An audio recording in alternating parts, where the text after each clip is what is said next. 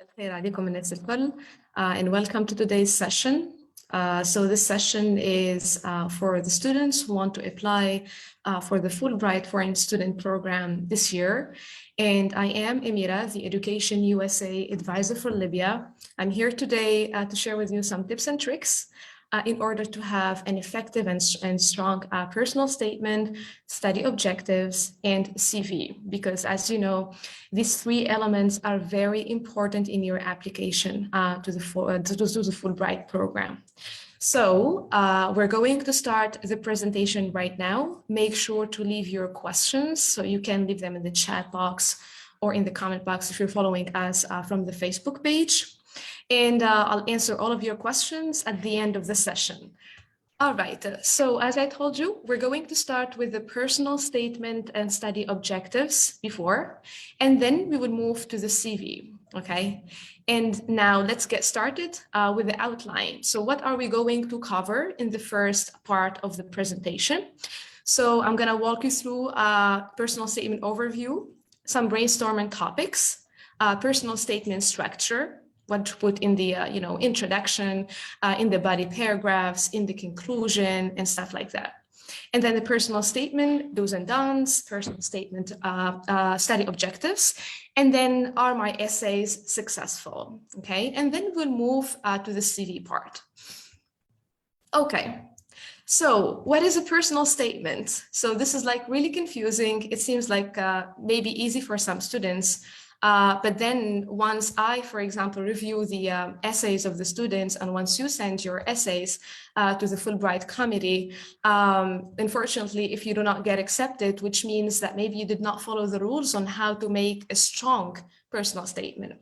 So the personal statement is not like a very normal essay, but it is an essay in which you should share something about who you are. Okay, so this thing, or let's say the special thing, shouldn't be in your CV. It shouldn't be in your resume. So rule number one, make your personal statement unique and try to demonstrate that you are a good fit for the Fulbright program. Of course, you are competing with many other talented students from Libya. So here, you should ask your question, what makes you stand out, okay? Why you and not someone else? Okay, so in order to convince the admission officers to read on your personal statement, try to state your special skills and experiences, whether in Libya or outside of Libya. So a well-written personal statement can mean the difference between standing out from the crowd and your application being rejected. Number two.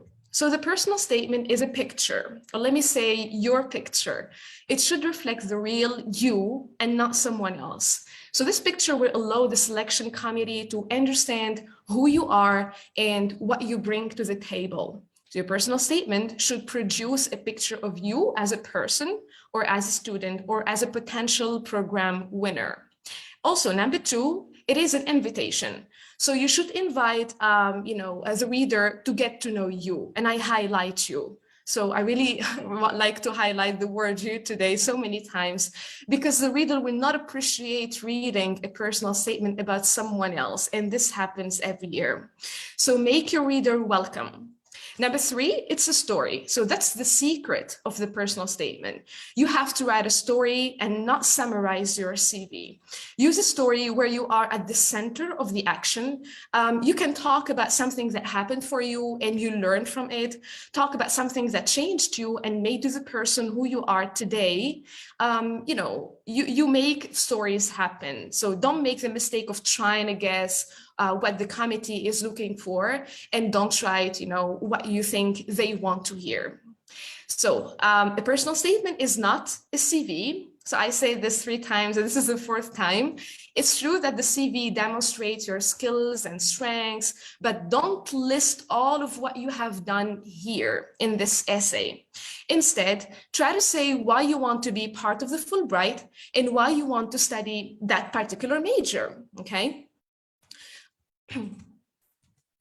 Also, number 2, it's not a sob story. So don't make excuses or, try to gain pity from your essay. you don't want to rely on these issues. So it's important that you remain very professional and convincing. So if you had, let's say, a bad experience or a tragedy that made you who you are today, try to always put like a positive spin on it when possible. And number three, it's not a justification to be admitted. So a justification for why you should be admitted to a particular program. It is an opportunity to introduce yourself to the selection committee without them physically, knowing you or meeting you. All right. So try to apply this ABC rule throughout your personal statement. So the A is for activity, which means what have you done? What is the activity? What is the interest? What is the major that you want to pursue? So introduce these points. The B is for benefit. So what skills you gained from the experience or from the activity, and what did you learn from it? How did it inspire you? And the C is for course. How these skills relate to the Fulbright. So as I mentioned before, always link your personal story to the Fulbright, and don't be very general, but be more specific.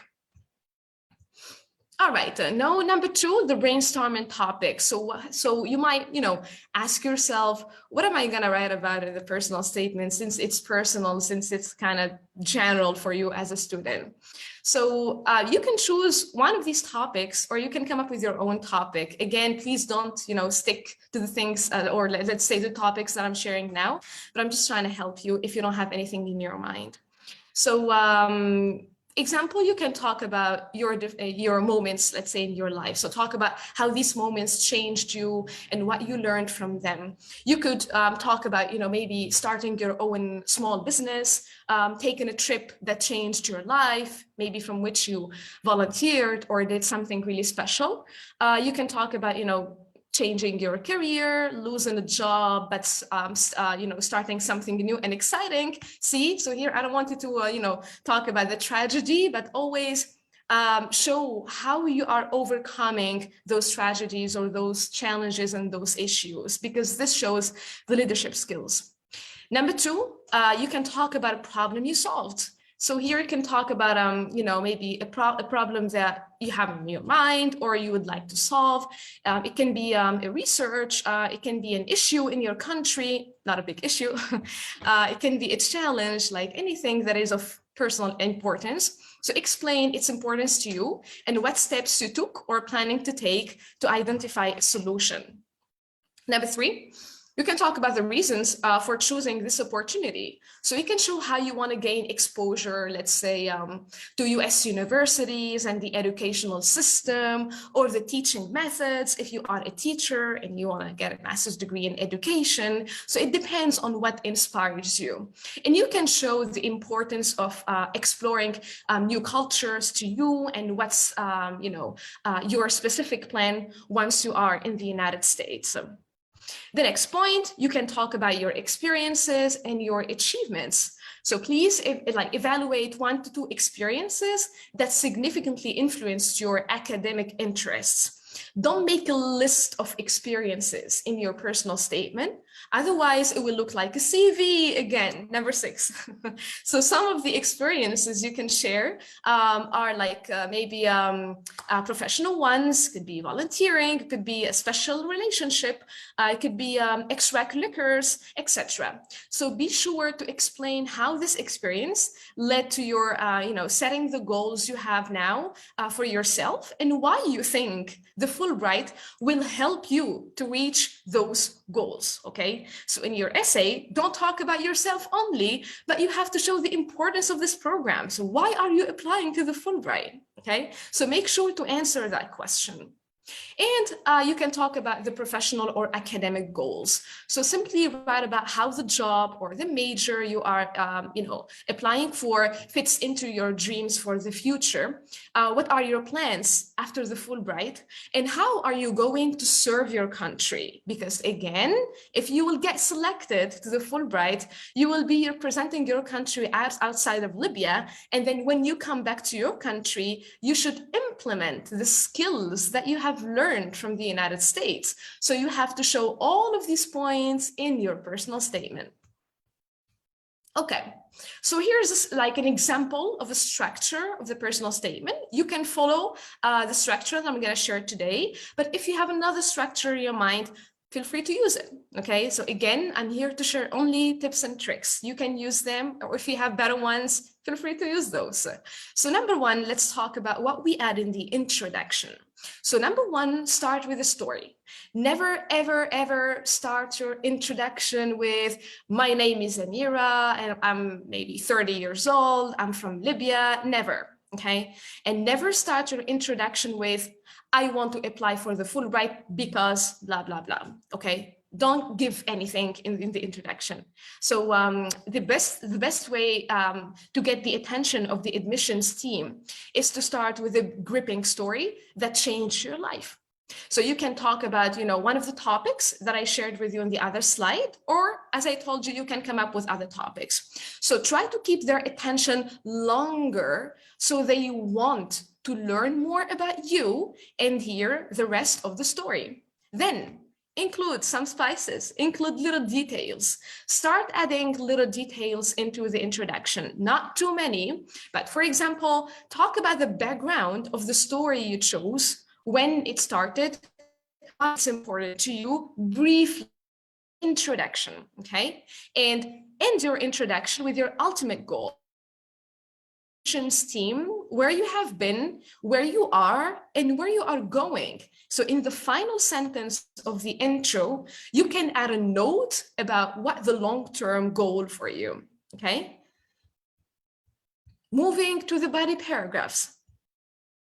All right, so after your wonderful introduction, you will now want to take the admissions committee back to what you stated in the introduction. So in your first body paragraph, you can talk about your journey and the most important stages from your story. Share the incident that had a deep impact along the way for you. And then the confirmation of the passion. So your second body paragraph, elaborate on your career. Make the reader feel that this is the path meant for you. Example, you don't want to study journalism because your best friend studied journalism, okay? So this is not professional. Use a lot of storytelling and detailed moments that made you think, this is what I want to do. This is what I want to do for the rest of my life, okay? And in the third body paragraph, share where you are at today, what your next steps are, and what your future goals look like. You can talk about why you want to pursue that specific major and why it's a good fit for you. Tell me, why did you choose journalism, okay? Or why is it important to you? How will the Fulbright help you achieve your career goal? So why don't you study journalism in Libya? Is there something specific in the US? Tell us. And what is this career goal? Try to be as specific as you can. And now moving to the conclusion. So when writing like, personal statement, an amazing conclusion simply has to do three things. So number one, it recaps where you have been. Throughout your essay, you have shared experiences that made you the person who you are today. Now, remind the admissions team about how all those different elements that make you a unique candidate for the Fulbright. And then recap where you are now. You are at like a crucial junction between the past and the future. And this program, like you're applying to, is like the bridge. Okay, did you understand the description? So recap why this program, why this bridge is an important stepping stone in your career path, and how it's going. It's a good fit, for you personally. And then in the last part of the conclusion, you can share your long-term career goals, not short, long-term. Okay, the more specific you can be, the better. Even if maybe you're not 100% sure about this goal, it's best to come off as confident that you know what you want to do in the future. Okay, so the personal statement does. So number one, play to your strengths. So the personal statement will make you stand out from the crowd. So make sure to show your strengths and achievements. Show your unique personality alongside examples of your passions, of your interests outside of college. such as volunteering, such as working part-time, such as starting an association or an organization. It depends on how unique you are. Number two, proofread, proofread, and proofread. Your personal statement should not have errors and should demonstrate your strong written communication skills. Always make the required edits before sending it. Make sure to remove track changes, and you can send it to me if you need me to review it before submitting. So make sure that I offer a free service for anyone who wants to, to submit any essay. It could be for the Fulbright, or it could be, for US universities. Please send your essays to me and I'll proofread them for you, okay? And make sure your personal statement is about you. I talked about this before, and I'm gonna talk about I'm gonna talk about it now because this is very, very important. So keep the focus on you with like any topic you choose. Don't focus on, let's say, your leader or your best friend or your parent or your professor. Your goal should be to educate the admissions committee about you. So always use real examples to highlight your accomplishments and distinguish yourself from other applicants, because this makes your essay stronger. The last point here, respect word limits. So the Fulbright team has to read hundreds of personal statements every year. So don't give them extra homework. They don't like that. So keep your personal statement within the word limit. They simply want to know you from a well-written essay. Okay, so present your ideas in a logical, clear manner and be concise. The don'ts, okay, to avoid. Number one, irrelevant personal facts, which means there's no need to talk about your 8th grade achievements or your school trip when you were young. Before adding any idea, always ask yourself, does it make a useful contribution and help explain why you should be given a place on the Fulbright? If yes, talk about it. If not, don't talk about it. As simple as that, okay? Number two, don't exaggerate. Don't create stories because, stories simply happen and we don't make them. So also, if you want to share one of your stories, don't exaggerate to make it look better, because remember, there will be an interview after the stage and the admission team will certainly ask you many questions about a point that you were maybe not honest in it, okay? So be careful. Number three, don't leave it to the last minute. So your statement will look rushed if you leave it to the last minute. So I mentioned before that I'm available if you need me to share, my feedback on your personal statements, but I personally do not accept to review an essay 1 or 2 or 3 days before the deadline, okay? So start working on it now and never say, I still have time. Number four, don't use cliche. So you probably, wouldn't be the first person to use the word motivated or interested or hardworking, etc. in a personal statement. Avoid them. Avoid these expressions because you won't stand out if you use them. I'm not telling you to use more complicated words. No. But let the actions speak more than the adjectives. So don't list like all of the adjectives in the personal statement, like I am motivated, I am enthusiastic, I have strong team, skills, blah, blah, blah. But talk about the actions. How? We always want to hear the how. Okay, you have strong, like, let's say team building skills. How is that? What did you do? What are the achievements that you have done, etc., etc. Okay. Now, moving briefly to the study objectives, which is another essay along with a personal statement. Here are some tips on how to make it a strong one. So your study plan should be linked to your future goals. So the study objective is different than the personal statement. So in the personal statement, it's fine to talk a little bit about your short-term or long-term goals. But here in the study objectives, you should highlight these 2 points because it says study objectives, goals, okay? Provide a clear pathway on how your past, your present, and future experiences can relate to your long-term goals. Now it's time to talk about your long-term goals, not in the personal statement.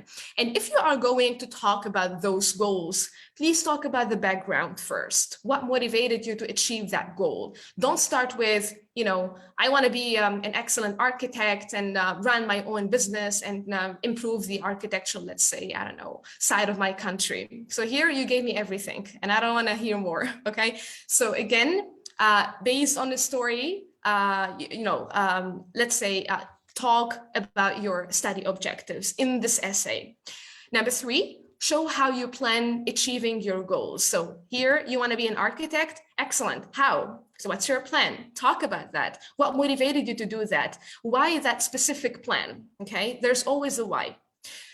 Do not reiterate what you write in the personal statement, and this happens a lot. So the study objectives should not be the same as the personal statement. So the reader, when he or she is going to read your essay, he or she doesn't have, to look at the title and see, is that a personal statement or not? He or she needs to know from the structure or from the expressions or from the story you are stating inside your essay, okay? And elaborate on your qualifications and show how they can serve your research objectives. So brag about yourself, okay? Show off, it's fine. Show off and talk about your achievements and your skills just to highlight that you are a good candidate and that you have clear objectives, as simple as that. Okay, now just double check that your essay is successful or not. Let's answer these questions together. So, of course, you have, before sending your essay, let's say, before sending your essay to me and before submitting your essay, try to answer these questions. Number 1, my essays. So when I say essays, I mean personal statement and study objectives. Do they contain correct grammar, punctuation, and spelling? Make sure to check all of these. So if yes, okay, you can send it. So check for errors. Your word processor will do spelling and grammar checks. If you change, your language setting to English, you can also, ask a friend or ask a teacher to read it over. And you can use some of the websites like Grammarly, or you can even use the Word docs that we have in the Drive, okay? And number 2, do they have introductions, body paragraphs, and conclusions? I think we talked about that. If yes, you can send the essay. Number 3, do they have strong opening paragraphs that captures the reader's interest? So the best way, to get the attention of the admissions team is to start with a gripping story, as I said, from a moment that changed your life. So try to keep the attention of the reader longer so they want to hear more about your story. Next one, did you make a point and stick to it? Okay, so here, of course, many students jump from a topic to another. So try to stick to one point and elaborate your ideas more. Next one, do they have a natural style that's comfortable for the student? Okay, don't make the mistake of trying to guess what the committee is looking for, and don't write what you think they want to hear. Okay, they just want to know you. They don't have like specific topics that they want to hear. Okay, so be you. So did you use effective word choice and structure? So think about, organization and flow. There should be multiple paragraphs. Paragraphs are generally, 4 to 5 sentences long, but sometimes be a little longer. So the paragraphs should logically follow one another. And, the Fulbright committee doesn't want one long paragraph or want 1 to 2 sentence paragraphs, okay? Also, don't use complicated words just to impress the reader. Again, be the real you. Next point. Did you pay attention to the recommended length? Yeah, this is very important. So don't go over 600 words to impress them, but you have to respect the word limits, as simple as that. Okay, now we're going to move to the CV part.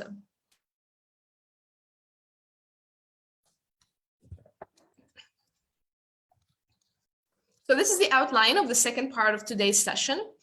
You will learn the difference between a CV and a resume, we will do a small quiz together. So prepare yourself if you want to share your answers. We will see what to include in CV, what not to include in a CV. You'll see an example of a bad CV, some 5 steps to a successful CV, and a great CV with no work experience. All right. So simply, what is the difference between a CV and a resume? The CV presents a full history of your academic credentials. So the length of the document, is variable. In construct, a resume presents a concise picture of your skills, and qualifications for a specific position. So length tends to be shorter and dictated by years of experience, okay? Now, we're gonna move to the CV quiz, and you'll just, answer with true or false. So go to your keyboards. Question number 1, we should always clearly state the word CV at the top of the page. Is this true or false? Are we supposed to write CV on the top of the page? True or false?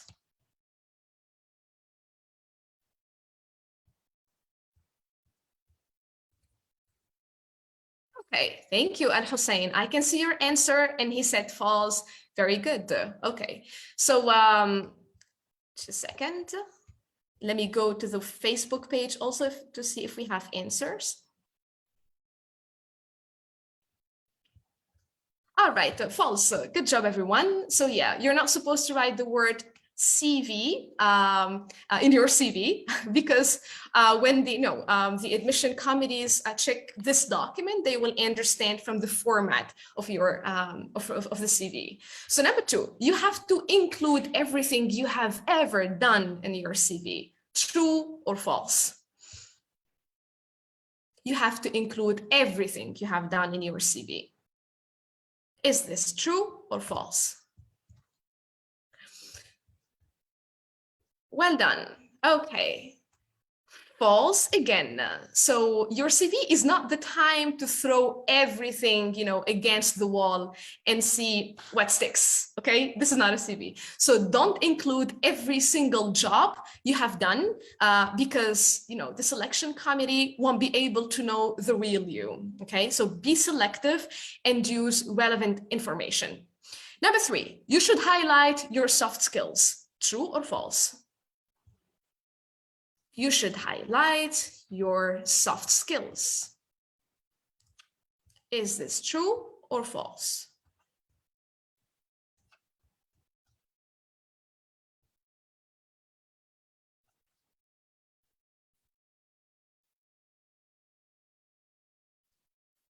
Okay, the best answer for this is true. Okay. Now, you can highlight the skills you obtain from job experiences, and they could be leadership skills or management skills or teamwork, etc. So yeah, you can highlight them in your CV. Next one. Oops. All CVs should follow the same format. True or false? All CVs should follow the same format.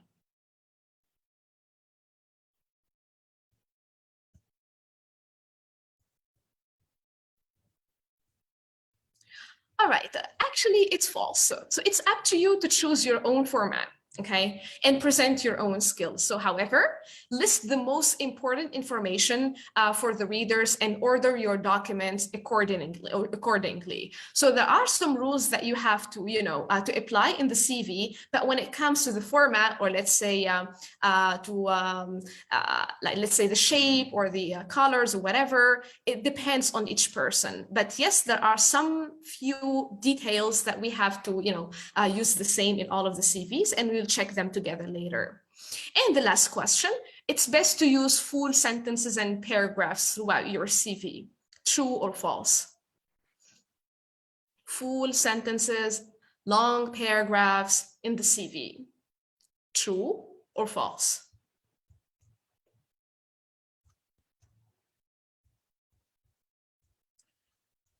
Again, it's false. So this is not a good idea. But you have to use bullet points and short sentences and not full sentences, because this is not an essay. So in your CV, if you want to talk about your experiences, if you want to talk, let's say you worked as, let's say an assistant, okay? Now here, you're not going to go under, the position of the assistant and write like a whole paragraph about what you have done. No, you have to select the main tasks that you have done in this position and add them in bullet points. Point number 1, point number 2, point number 3, point number 4. That's it, okay?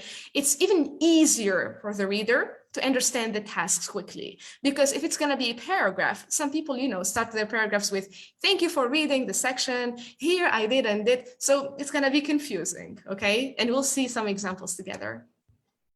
All right, so what to include in a CV? Number 1, of course, contact details. So your name, your home address, your mobile number, your email address. And there's no need to add your photograph. There's no need to add your picture in the American style of the CVs. Number 2, the education. List your previous or current education and start with the most recent first, okay? If you're pursuing your master's degree now, you start with master's degree. Then you add the bachelor's degree, okay?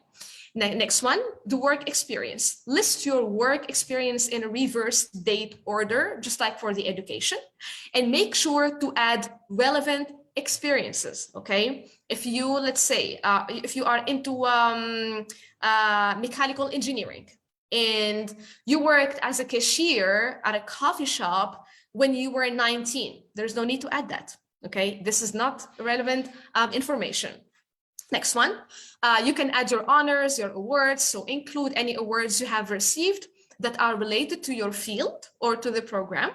Next one, conferences and training opportunities. So if you attended a conference or an event and did nothing in it, there's no need to add this experience, because this is not an experience.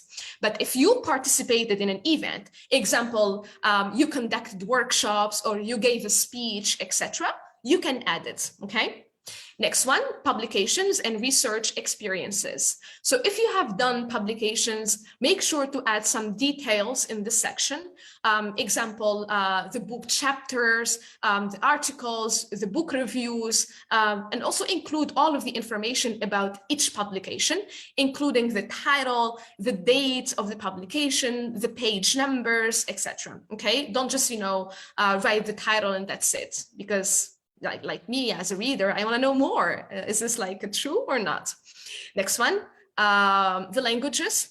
Talk about your professional level in the use of the languages. And if you had any, language courses, you can add that specific level. Example, you had a course with Amidist and you got, B1 level, you can add it there, okay?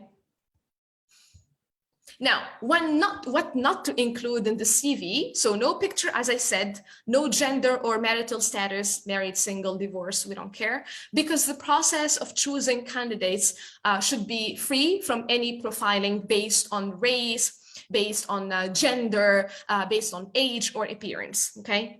Number 2, don't add your interests. So you can list your extracurricular activities and not your interests, like, playing piano or reading books or watching American movies. This is not professional. So this is what we call irrelevant information. The next point, don't use weird font and flashy colors. That's not, of course, professional, and this can distract the reader, who might lose focus and lose interest. Number 4, don't use unprofessional emails. So, I love myself.gmail.com and funnyboy.hotmail.com are not professional emails.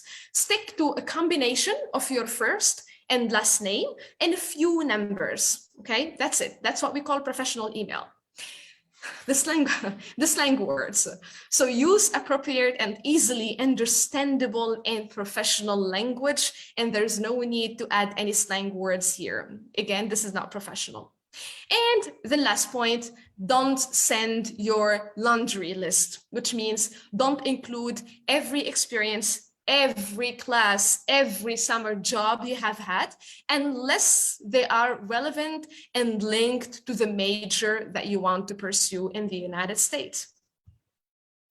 So this is an example of a bad CV. So as you can see here, let me just move this part from the Zoom. Okay.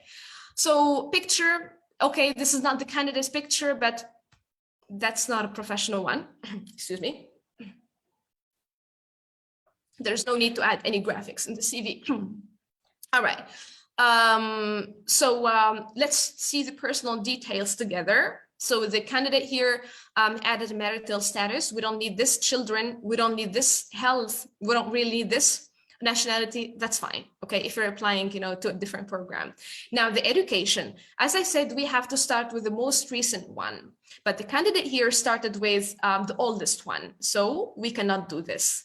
Plus, as you can see, the student added the degree from the primary school. Again, this is irrelevant information and we don't need it, okay?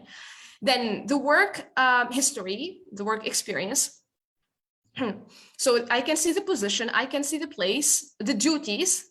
The person said worked part-time in a clothes shop. This is not enough. So here she should have maybe added more bullet points and elaborated more on this specific task, because one sentence is not enough. Okay, again, it's the same it's the same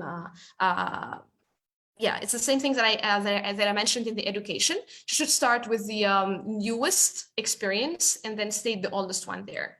Hobbies, interest, I enjoy watching TV, playing games, not the right place to add this. And later, she said, I'm fluent in French and Spanish. Proof, how? Okay. Okay, that's fine. And then the reference, it's misspelled. So here she added the reference, but I don't see an email. I don't see a phone number of the reference. So it's better to add a phone number or an email of the person you are adding as a reference. This is just an example. Okay, and the work experience sample. So what makes this paragraph so great? Number one, it's action verbs packed, which means, as you can see here, the verbs, there's created, maintained, produced, product, okay? So the person is using the same tense, okay, which is the ed, something that happened in the past. So it's better if you are elaborating on one of your experiences, stick to only one tense. If you want to use the ing form, use it everywhere. If you want to use the ed form, use it everywhere. But don't play, with I am, like creating and then created and then managing and then managed. So it's going to be confusing.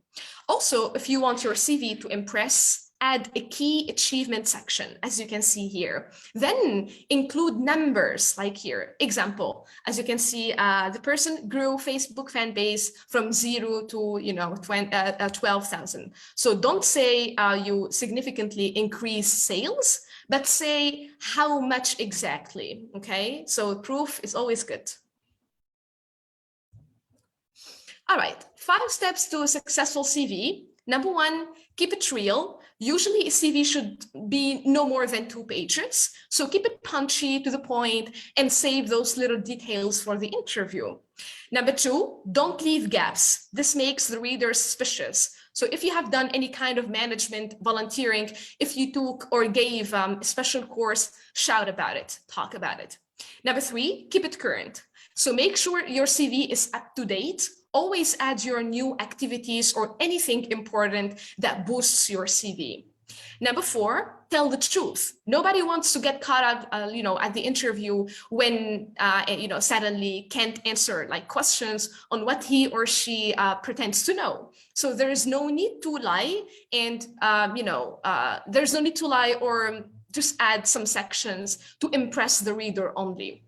Next one, make it keyword friendly. So use some abbreviations of the words that are commonly mentioned in your field. Example, you can use the word CEO if you are in management, which means Chief Executive Officer. Or if you're studying finance, you can use the word CFO, which is a Chief Financial Officer, but don't write many of them, okay?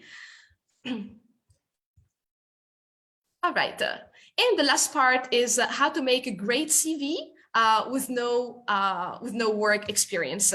So as you know, Fulbright requires work experience more than internship. So I want to just include this slide for anyone who, let's say, recently graduated. Okay. So number one, and identify your most impressive qualities. Start making a list of all the skills or achievements you had.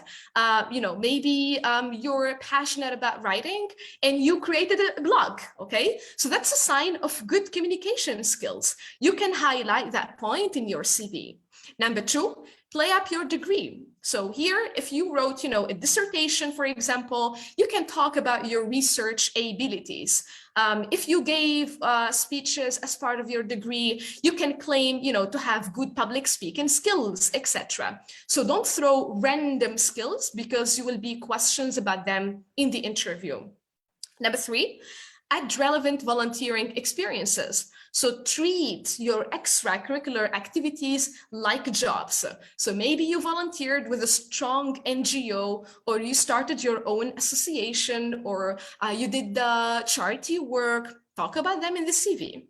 And number four, include relevant trainings and conferences. So list any professional organizations that you belong to. And if you hold like a strong position with them, mention it, because being a member only is not enough. It's not enough, okay? And I think, yeah, we're done. We're done with the content of today's presentation. So before we wrap it up and before moving to your questions, I would like to do like a brief introduction about the service that I work with, which is Education USA. So Education USA is a US Department of State network. We guide students who want to pursue their undergraduate or graduate studies in the United States. We offer free information. This is a free service for Libyans who want to study in the US, okay? And regarding the whole network as Education USA, we are located in more than 178 countries and territories. So example of our services, we offer free public info sessions, just like today's session. And you can go back to our Facebook page. If you are a new follower, you can check the live sessions that we have had before. Some of them are about the 5 steps to study in the US. Some of them are about new opportunities for Libyans who want to study in the US, etc. We also do some chat sessions with university representatives. So we invite US reps and they talk about the scholarship opportunities and the programs available on their campuses and so on. And sometimes we invite Libyan students currently in the US or Libyan alumni who graduated from US universities to share their experiences with you. And number 3, we offer individual consultations by Zoom or by WhatsApp. So if you want to, start your application, if you want me to, again, to proofread your personal statement or any other essay or CV, if you want to learn more about the steps to study in the US, make sure to reach out to me. So you can find us on Instagram, on Facebook, on Twitter, and even on YouTube. And this is the official website of our network, Education USA. So you will find the 5 steps. You can find your advising center if you are watching from a different country. You can find the financial aid opportunities available, and you can find the events that we have in the coming months. So yeah, you can reach out to me. This is my WhatsApp number. Make sure to take a picture or just send me an email, and you're more than welcome. Now let me go quickly to your questions.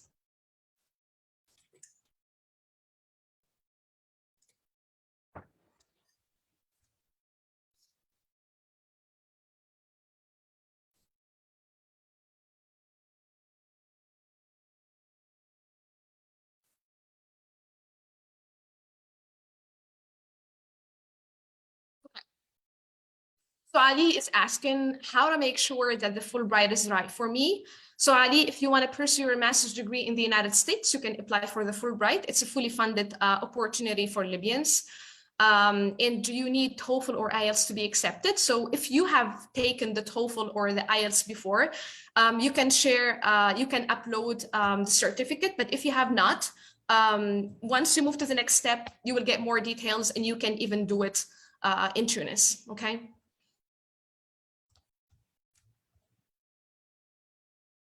All right, so Abdel Nasser, can you send me the PowerPoint file, please? Of course, yes, Abdel Nasser. Just send me an email. Just tell me that you watched today Facebook session and you need the PowerPoint, and yeah, I can send it to you. And also, for anyone joined that like lately, let's say in a few minutes before, you can find our session on the Facebook page, so it's recorded. You didn't miss anything. You can rewatch it whenever you want, and we will upload it to our YouTube channel also, okay? So I'm available if you have any questions. Make sure to answer, to leave them here, and I will answer them right now. It's your chance.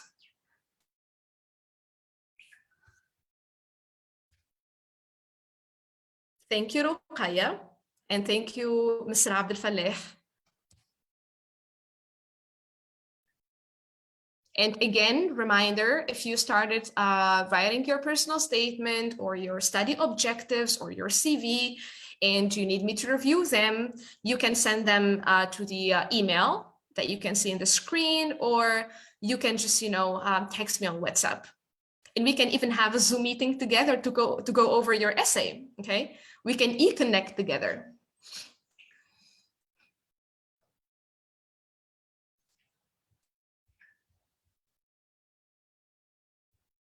While waiting for your questions, I would like to share the contact details of the Exchange Program Manager at Amidist and the Exchange Program Assistant at Amidist.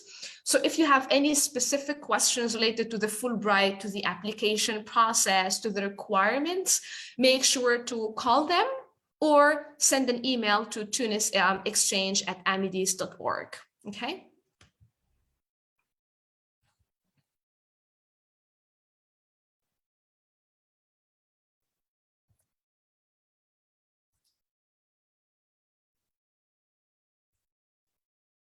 Wonderful.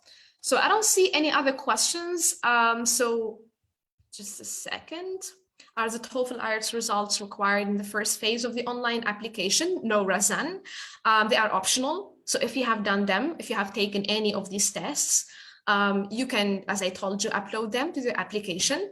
But if you have not, that's fine. If you will be, selected to the next stage, the exchange program committee will give you more details about, how to take these tests. Okay, and good luck.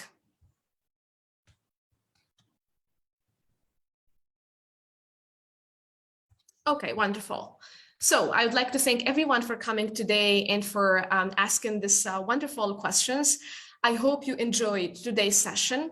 And just keep an eye on our Facebook page events. So tomorrow we're going to have a virtual coffee hour at 4:30 p.m. Libya time. So bring your favorite drink, could be coffee, tea, juice, whatever you want, and join me to talk, just to chat about, studying in the US in general, about the opportunities available there. If you have questions about the scholarships, about anything you need to know, join.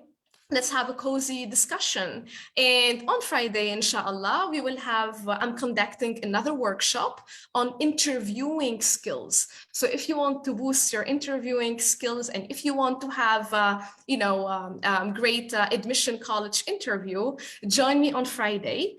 You will find all of the events on our Facebook page, and you will find registration links. So make sure to go to that link to register, and then you will receive a Zoom link, and you're more than welcome to join me. So again, thank you, everyone. Take care, good luck, and keep in touch.